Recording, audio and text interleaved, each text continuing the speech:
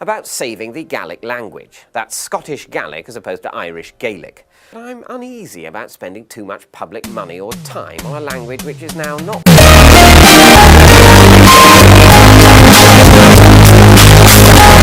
Stocha geweld sé bheolach ar an video seo. Hai car animal. A cham video an dói ruchtathe an Aineolas a hasin na fechín chotrich an an duine ha cur sias ar Gaelic, agus a janjin na hai gras an túr skill chará an video évín. is completely lunatic, or, as they say in Cornwall, completely lunatic. Bazinga! Mar sin ha mid all horsúil in na príomh argument sin go sealtún go bhéiliad uluguéir cear. I'm uneasy about spending too much public money. Well, ha sin na clinchin seo fat na húne. A Gaelic a cost cust erigit. Well, han harfin isteach.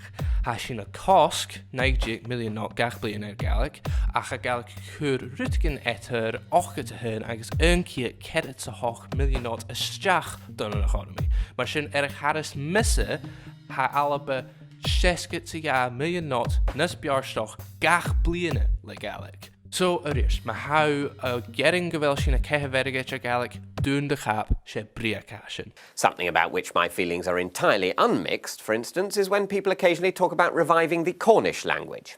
No. Once it's gone, it's gone. Cornish, sadly, flatlined on the table. Everyone who spoke. After all, language is fundamentally a tool of communication. Stochar é seo an príomh argument cheike. Ha sin na clacha canan gus bríní dunne Jane fé man an min canan mar Gaelic. A cha seo dúrach a fagel mach pís an chom mód a canan san bí. Mar é simplar ma hau bríon Gaelic ha sin a foscail na dorsan do cíatin jevlíana je Jorichin, Bardoch, Áradan, Echtri agus Culta. Ha I graag an bíag dú na seaad canan is móiúntach. Well, en je simmer ha dinne te canon in ha te gyntahug. Ha voorhut je in je te Frankish as on de GCSE's achke. Maar waar me een brie me een arvis moorje in je wege een barach kiel Mandarin gyntahug. Ha je te canon in ha ujaki aan. Rukar moor nachel David Icherigemrig sheker Gaelic en canon nashent na halabe. Maar ha a furoch aan een alabe. Fat de weg is toch wel een barach kiel Gaelic gyntahug en aatje Mandarin no Hindi. Those 60,000 would have to be pretty fascinating guys. Oh, hi it. But we have to keep it in proportion and not be swayed by nationalist politicians using culture as a political weapon. Should nations is a hard cool bros na hug na Gaelic? Ga je nach Gaelic is seach de lug aan een Davielse koig, nu er Labours na Lib Dems aan te parliament, so gaan jij uit SNP a seo. Gaan jij kindje sin go jifford, or gaan jij fieners sin biag David, agus Hitchens razor, quick grass Isn't it a pity, though, when an ancient language dies? Yes, it is. That's exactly what it is. A pity. Not the end of the world. Hafis ek a hula dinje geweld ruten na smisse aan na canon na dolle machabi. Had je ever hasjen wie komen mee een? Maar eerlijk du seo aan me een dat zijn bi. Hama geurloch ule maravus hama hai et chenne. Not the end of the world. We're likely to see 500,000 more people go into poverty. Not the end of the world. Not the end of the world.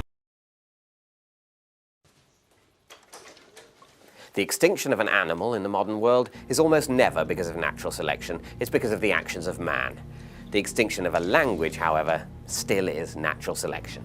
If it dies out, it's because humans no longer need it to communicate. No! Yeah! David, ga vorgen de vase gaan is ga blienigen je foreigners voor imperialist na sassen ich. Maar allemaal nu wij me luggel of je brien Gaelic. Maar Jeva had al trouw gaan en roi geriere vis mention in de gas na geel ule skiij en karens vat jurges mention. Wel, we gaan de sassen björle jonse hug. Ach, rams en jallig ga je volle schoch geweld David na den je hagent hugles.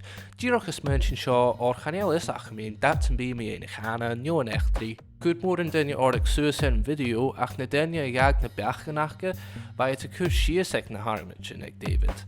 Well, han hem vet show aan. Brilliant. Ach zijn arsjenoch na den je waar gent hugles David gaat de rein niet morgen smeunje hug me in husper. Maar sin ha voorzorg nach heimschi nach bargvisser hugge skelig me in canons en echt drie. Ag zijn nursen, maar ha haast de cursius er Gaelic. Be fishacking kre aan den han. If it dies out, it's because humans no longer need it to communicate. Hamasje a fiach an jawan na january show, kan je cheege arkham solution de krimmiken kach house janu.